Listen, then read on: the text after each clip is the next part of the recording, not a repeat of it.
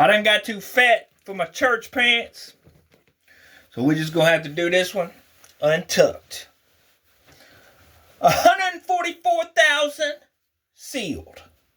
After this I saw 4 angels standing at the 4 corners of the earth, holding back the 4 winds of the earth to prevent any wind from blowing on the land or on the sea, or on any tree. Then I saw another angel coming from the east, having the seal of the living God. He called out in a loud voice to the 4 angels who had been given power to harm the land and the sea. Do not harm the land or the sea or the trees until we put a seal on the foreheads of the servants of our God.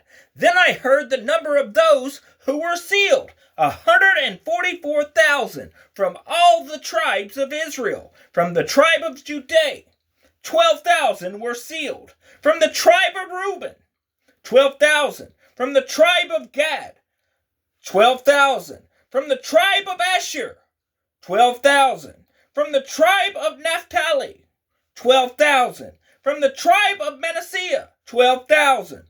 From the tribe of Simeon, 12,000.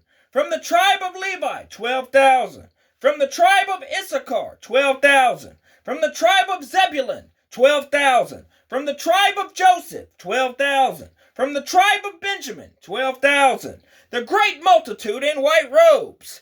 After this I looked, and there before me was a great multitude that no one could count, from every nation, tribe, people, and language, standing before the throne and before the Lamb.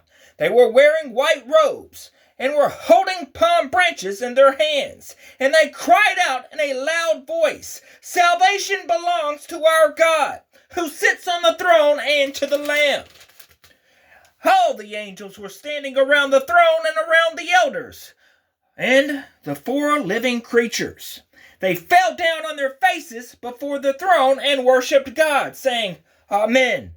Praise and glory and wisdom and thanks and honor and power and strength be to our God forever and ever. Amen.